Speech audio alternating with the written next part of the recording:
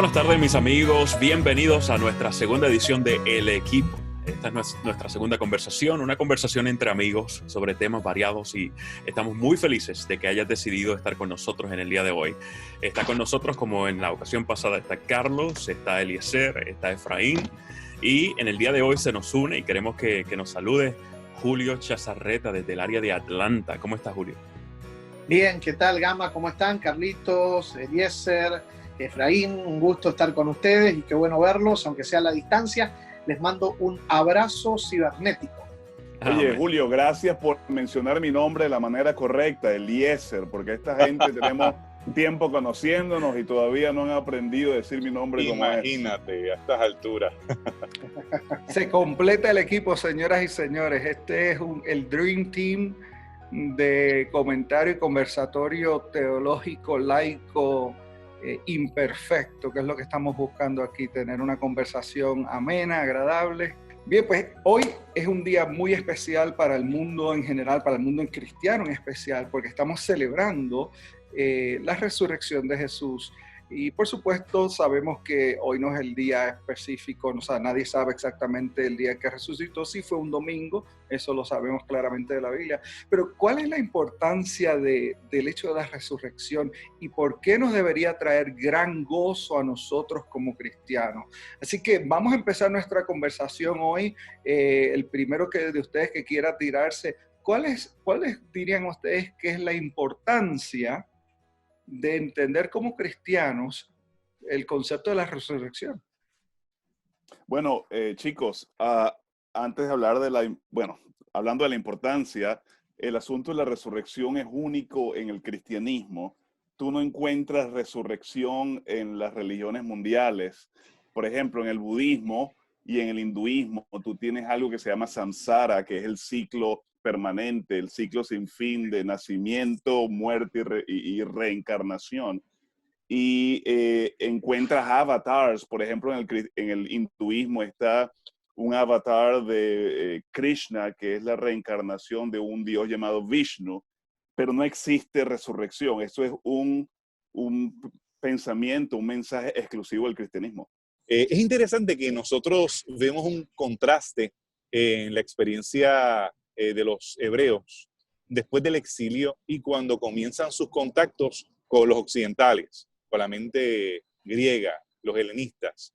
Antes de eso, en la escritura, teníamos esa noción de que la muerte era ese lugar en la cual las personas simplemente quedaban esperando que algo iba a suceder.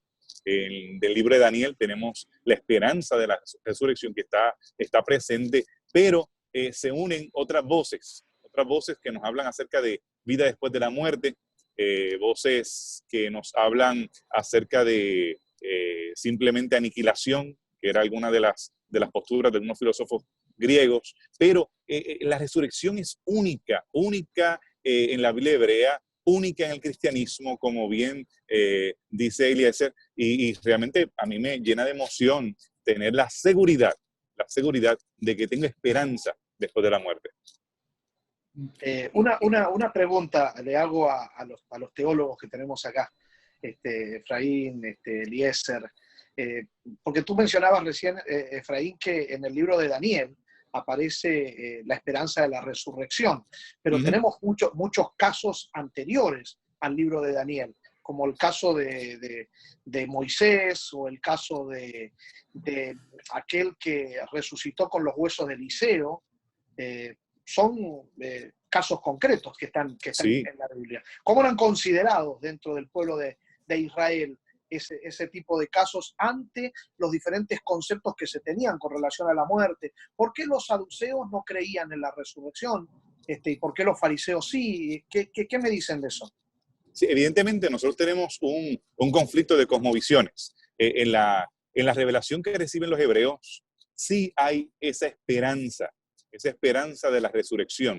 Incluso nosotros tenemos una ventana con el libro de Hebreos, en la cual el autor de Hebreos, él menciona que Abraham estuvo dispuesto a sacrificar a Isaac porque él tenía esperanza de que el mismo Dios que había podido darle vida a lo que él en su cuerpo ya estaba muerto, y ustedes entienden el concepto, y resucita a este hombre viejo y muerto, podía resucitar a ese hijo después de que él lo sacrificara.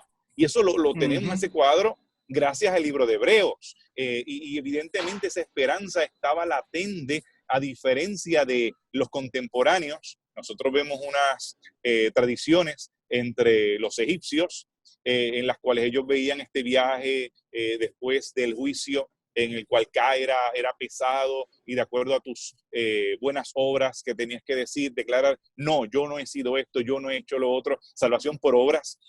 Todo está enmarcado en la salvación por obras en las otras culturas, sin una esperanza de redención basada en Dios mismo, como lo tienen los hebreos. En el caso de los saduceos que tú mencionas, son influenciados por los griegos. Es una facción progresista dentro del judaísmo. Durante el tercer siglo en adelante aproximadamente tenemos algunos llamados proto-saduceos, y ellos toman la versión helenista en cuanto a lo que pasa después de la muerte. Así es. De hecho, y Julio, bueno. No, dale, Eliezer, dale. Los hebreos creían radicalmente en la resurrección corporal, la resurrección del cuerpo. No existe concepto de resurrección sin el cuerpo. Y como decía Efraín, en el periodo, se conoce como periodo intertestamentario, más o menos 450 años. Desde Malaquías hasta Juan. El último profeta del Antiguo Testamento. No el último libro, porque en la Biblia hebrea, Efraín, el último libro es Crónicas. Crónicas, exactamente. Y no es el último libro, es la última profecía, el último profeta, Malaquías, Julito, tienes razón, hasta Gabriel dando el anunciamiento del nacimiento de Juan el Bautista. Tienes 450 años donde no hubo revelación, no hubo profecía, no hubo visión ni sueño. Dios no habló, vamos a ponerlo así. Hubo silencio, y en ese periodo entran como decía Efraín, pensamiento griego, en especial el dualismo platónico, de que hay un alma, hay un cuerpo, el cuerpo es malo, el alma es bueno, y entran los libros pseudoapócrifos o la apócrifa y todo este pensamiento. Por eso, Efraín y Julio, los discípulos están en el barco y ven a Jesús caminando en gritan un espíritu, un fantasma. Un fantasma. Sí. Justamente junto con los saduceos, ellos habían sido influenciados por ese pensamiento. Y yo creo que, como tú lo habías dicho, Eliezer, tú extendiste un poquito más lo que yo dije, lo extendiste hasta 400 años, 450 años antes de Cristo, y yo creo que tienes razón, porque ya en esa época la influencia que teníamos en este caso es el zoroastricismo. En el caso del zoroastricismo también nosotros vemos algunas de esas influencias afectando a algunos hebreos. Lo vemos en el registro de Elefantina, vemos los personajes de los genios, de genies, y los ángeles, como estos seres que lo vemos, los lamazu, que tienen esos toros alados que se encontraban en Mesopotamia, y ese concepto de vida después de la muerte, evidentemente a algunos hebreos les influye el comercio también con Occidente, que ya lo vemos en algunas monedas, con algunas de las deidades que son deidades que hacen referencia a vida después de la muerte, como Nike, el caso de la Victoria y demás. Nosotros vemos que es un proceso paulatino, no es que de la noche a la mañana ellos comenzaron a cambiar su forma de pensar sobre lo que sucede después de la muerte, sino que es un proceso de influencia. Gamaliel, ¿cómo nosotros salimos desde estos tiempos de que lo disfrutan esta gente que le encanta ver las cosas debajo de la tierra, como Efraín? ¿Cómo nosotros aplicamos esto del gozo de la salvación, del gozo de la resurrección? Porque todas estas cosas que están mencionando son importantes, son necesarias que las entendamos y precisamente para poder tener un fundamento sólido. Pero toda esa información, sin una relación, no creo que nos ayude. ¿Cómo nos puedes iluminar? Sabes que de manera práctica yo pienso que cuando hablamos de la resurrección de Jesús, La gente lo que piensa es en este día, en este domingo, o aquellos que somos cristianos todo el año, pues pensamos en sí, pensamos en cómo Él se levantó para interceder por nosotros, regresa, etc. Yo debo decir que las tradiciones, comenzar por aquí, las tradiciones, las celebraciones que tienen propósito no son malas.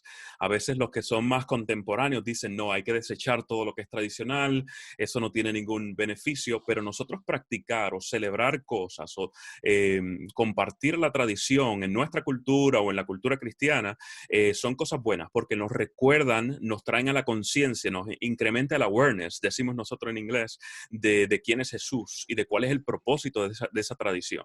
Cuando hablamos de la resurrección y de recordarla y de celebrarla, lo que estamos haciendo es reconociendo que hay un Dios que es real, que es práctico para mi vida, que es relevante para mi vida y que cuando yo estoy pasando por dificultades, ese Dios que es vivo puede trabajar en mí, puede influir en mí, puede contribuir para que yo tenga paz, para que tenga esperanza, para que tenga alegría. Y es relevante para nosotros porque nosotros tal vez pensamos que somos contraculturales, somos los únicos que pensamos de esta manera y qué difícil es nosotros ser cristianos en la actualidad. Pero no, nosotros podemos notar que los hebreos, que más adelante los del camino, los cristianos, vivían en un entorno donde había diferentes definiciones. Hoy nosotros vamos a encontrar muchas voces sobre qué pasa después de la muerte y hoy es un momento muy especial para nosotros enfatizar la esperanza que tenemos en un momento donde Dawkins nos da una narrativa en la cual somos simplemente un montón de elementos químicos unidos que de alguna manera pues caminan y cuando mueren ya somos simplemente fósforo, carbono y todo el resto de elementos y se acabó. Nosotros podemos dar una nota diferente. Eliezer, me interesa... Julio, perdóname un segundito. Eliezer, tú tenías, el otro día estábamos hablando y tú mencionaste que hay por lo menos tres razones fundamentales por las cuales a nosotros nos debe importar la resurrección. ¿Podrías compartir esos puntos? Bueno, el pensamiento principal de este asunto de la resurrección lo encontramos en 1 Corintios 15, donde el apóstol Pablo de manera radical dice que el mensaje de la resurrección es el fundamento del cristianismo. No es ni siquiera la muerte de Jesús, por supuesto, no estoy denigrando la crucifixión, pero el apóstol Pablo dice, si Jesús no resucitó de los muertos, estamos perdiendo nuestro tiempo. Nuestra fe es vana, nuestra predicación en inglés dice es useless, es decir, no tiene el mínimo de los sentidos. Así que esto es un asunto trivial, esto no es un asunto secundario, esto es no es una tradición, estamos hablando del mismo fundamento del cristianismo. Yeah. De hecho, si tú analizas la Biblia de Génesis hasta Apocalipsis, te das cuenta que esta idea de la esperanza basada en el sacrificio y resurrección de Jesús, tú la puedes llevar todo el camino hasta Génesis 3:15, donde en primer lugar Dios le dice a Adán y Eva, después que ellos la han regado soberanamente, cómo Él lo va a resolver. Y si tú no entiendes esa historia a la luz de la resurrección, no hace sentido porque ellos sabían que iban a morir. Entonces, ¿qué importancia tiene una historia que va a suceder mucho tiempo después para gente que saben que no van a estar vivos cuando suceda? Yo me imagino que eso le habrá impactado a muchas personas en el día de hoy, esa esperanza que tú mencionas ahí. Y Julio, que ha estado en momentos difíciles con muchas personas frente a un ataúd, en un funeral. Julio, ¿cómo tú has hecho para poder traer toda esa teología de la cual Carlos está hablando y los conceptos bíblicos? ¿Cómo tú lo has podido llevar a esas personas con las cuales tú has tenido que consolar? Mira, quizá pueda ayudar esto que voy a mencionar que con relación a mi función, ¿no? Yo siempre estoy trabajando rodeado de gente, dando conferencias, tratando de compartir que no hay nada mejor para nosotros los seres humanos. Ya no hablo de cristianos, ni de ningún tipo de etnia, ni religión, sino en su esencia. Como seres humanos, el cristianismo o Jesús, que es la base del cristianismo, es nuestra única esperanza, salvaguardia, seguridad, como le querramos llamar, ¿no? Y yo esto que estás mencionando, Efraín, lo veo claro con el tema de la resurrección de Cristo basado en lo que estaba diciendo Eliezer recién. Porque si Jesús no resucitó, en vano creemos nosotros, porque a fin de cuentas la resurrección de Jesús nos asegura a nosotros su victoria. ¿Su victoria sobre qué? Su victoria sobre la muerte, que es el peor de los enemigos que tenemos como seres humanos. Su victoria sobre la muerte es el resultado de su victoria sobre el pecado, que es lo que produjo la muerte, porque la muerte pasó a todos los hombres por cuanto todos pecaron. Entonces, cuando yo estoy con la gente, yo les hablo con seguridad de que pueden confiar en Jesús. ¿Y en qué baso mi seguridad? Es la resurrección de Jesús.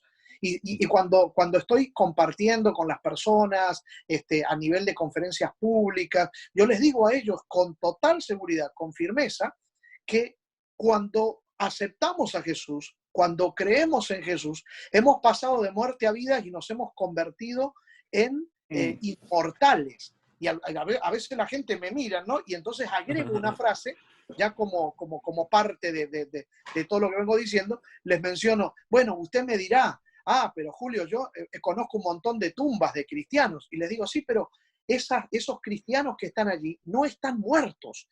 Y bueno, algunos abren los ojos todavía más grandes y dicen, pero ¿cómo que no están muertos? No, están descansando hasta el momento cuando el Señor los vuelva a llamar a la vida, como hizo con Moisés, como hizo él mismo, que venció la muerte, ¿no? Por eso digo, a mí la resurrección de Cristo me da seguridad para compartir con firmeza la esperanza más grande en los momentos de las crisis más profundas, en los hospitales, cuando vamos a visitar los que están en la puerta de la muerte, los que están viendo a sus familiares morir.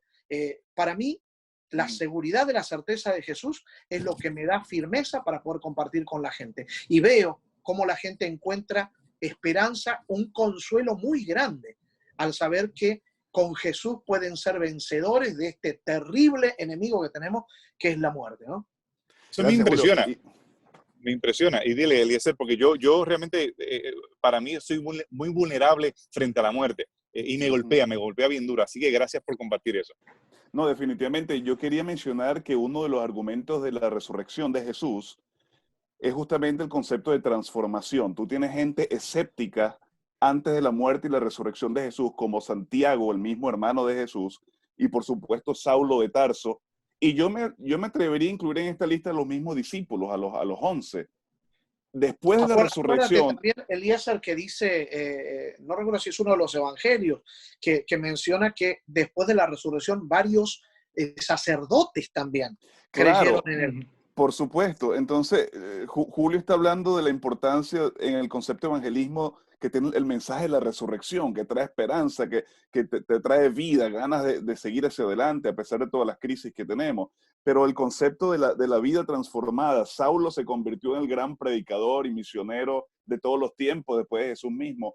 Santiago, el hermano de Jesús, se convirtió, que era escéptico, se convirtió en el líder de la iglesia apostólica. Los discípulos cambiaron de perspectiva cuando Jesús resucitó y se convirtieron en grandes misioneros. Así que el concepto de una vida transformada se deriva justamente en la teología de la resurrección. Yo lo que espero que ustedes tengan paciencia conmigo, porque sí estaba las mujeres al lado de la tumba, estaba Pedro, estaba Juan, pero estaba Tomás. Y los Tomás que somos un poco más difíciles en esta experiencia, yo le agradezco que hay paciencia conmigo. Pero yo creo que Gamaliel tiene algo que decir, porque tiene esa posición de doctor, ya está listo, como cuando la mente ahí. Gama, dime. Quería hacerle una pregunta a Gamaliel, si me permite. Dale a ver. Carlito, mi pregunta es, ¿cómo es el proceso emocional, verdad? La psicología se define como...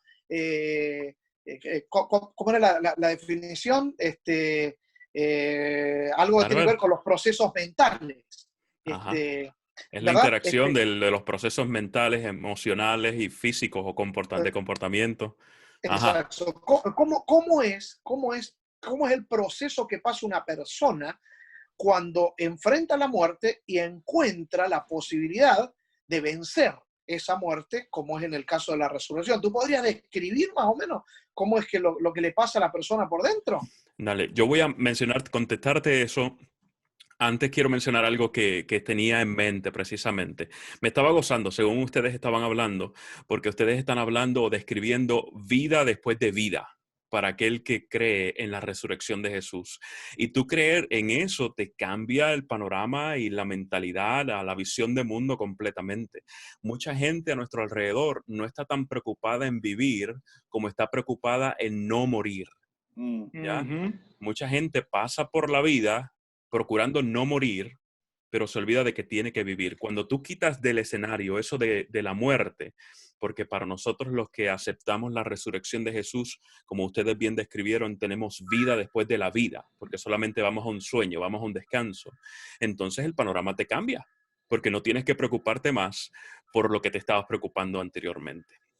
Entonces, contestando tu pregunta, si llegamos a ese punto, debemos entender que eso define cuáles van a ser nuestras metas, cuáles van a ser nuestras necesidades. Y los comportamientos del ser humano están basados en necesidades. Todo lo que nosotros hacemos está enraizado en lo que necesitamos y en nuestras metas. Si nuestra mentalidad comienza a cambiar porque comenzamos a ver la muerte desde otro punto de vista, comenzamos a enfocarnos en la vida, en lo que está promoviendo Dios siendo Él mismo la vida, entonces nuestras necesidades cambian. Y por lo tanto, nuestros comportamientos que deben estar alineados a nuestras necesidades o a nuestras metas también van a cambiar.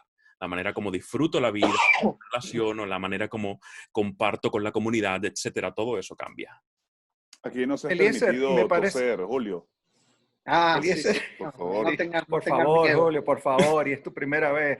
Eliezer, háblanos un poquito de las evidencias de la resurrección y ya tenemos que ir cerrando, el tiempo se nos está acabando, pero creo que esto es algo muy importante que debemos hablar y Eliezer, me parece que tienes una muy buena aportación en cuanto a las evidencias. Son muchas evidencias de la resurrección. Ya mencionamos una de cómo escépticos fueron transformados. Otra, que es una de mis favoritas, es que todos los evangelistas, Mateo, Marcos, Lucas y Juan, dicen en acuerdo que los primeros que vieron que la tumba estaba vacía eran mujeres. Y en la cultura grecorromana, el testimonio de una mujer en corte era inadmisible. En la cultura judía se necesitaban dos mujeres dos mujeres y un hombre. O sea, por cada hombre, dos mujeres en el testimonio de una corte, si es que iban a corte. Así que si el mensaje de la resurrección fue una invención de los discípulos, como es una de las teorías comunes, ¿por qué los discípulos dijeron que las mujeres fueron las primeras que lo vieron? La razón por la cual los evangelistas dicen que fueron las mujeres, porque fue exactamente eso lo que ocurrió. Exacto. Así que ese es uno de los argumentos fuertes. El otro argumento es justamente la multitud de personas que Jesús se le apareció después de la resurrección. Encontramos una lista bien grande en los evangelios. El apóstol Pablo en 1 Corintios 15 dice que hay 500 hermanos a los cuales Jesús se le apareció. Ahora estamos hablando el apóstol Pablo cuando escribe estas palabras y los evangelios cuando se escribieron fueron apenas 10, 20, 30 o hasta 40 años, por lo menos los evangelios sinópticos, después que los eventos de la resurrección tomaron lugar. Así que lo que el apóstol Pablo está diciendo, hay muchos testigos. Ustedes no me creen a mí, fabuloso, pero vayan y pregúntenle a todas estas personas, algunos de ellos están vivos. Ahora, rapidito, Carlos, cuando Pablo dice 500 hermanos, es posible que él se esté refiriendo a 500 hombres en el contexto de otra vez la mentalidad hebrea. Eso quiere decir que habían por lo menos 1000 personas, incluyendo damas, mujeres, que fueron testigos de la resurrección de Jesús. Así Yo que quisiera para mí estos cerrar, argumentos son fuertes. Yo quisiera cerrar con este pensamiento, que el mejor argumento de la resurrección no es histórico, el mejor argumento de la resurrección no es arqueológico, el mejor argumento de la resurrección es la transformación que ocurre en la vida de los seres humanos. Carlos, mira, y perdón que te interrumpa, pero los discípulos, ellos murieron siendo torturados todos menos Juan, justamente por el mensaje de la resurrección. Si hubiera sido mentira, ellos no hubieran muerto por algo que es un engaño, ¿no? Así precisamente. Cada uno de nosotros conocemos gente que ha sido transformada de una manera espectacular. Julio tiene una historia tremenda, y cada uno tiene historias de nuestra vida. Hay otros que tuvimos otro camino, que hemos crecido en la iglesia, y para nosotros la experiencia de transformación es otra cosa. Sin embargo, la posibilidad o la realidad de vivir con una persona que ha sido transformada, la realidad de ver cómo Dios nos va transformando cada día, esa es la mejor evidencia de la resurrección. Y ojalá que en este día que todo el mundo celebra la resurrección, nosotros hagamos lo que hacemos en Navidad. Sabemos que Jesús no nació el 25 de diciembre, pero ese es el momento en que el mundo está pensando en eso. Así que lo aprovechamos y lo utilizamos para nuestra ventaja. Y hoy por hoy, domingo de resurrección, nuevamente debemos tomar ese punto de ventaja porque la gente está más receptiva al mensaje del Evangelio. Así que esperamos que este mensaje sea un mensaje de gozo, de esperanza, y que al comenzar esta semana no nos olvidemos de la resurrección de Jesús, porque no es un evento en el tiempo, es un evento a través del tiempo y a través de nuestras vidas.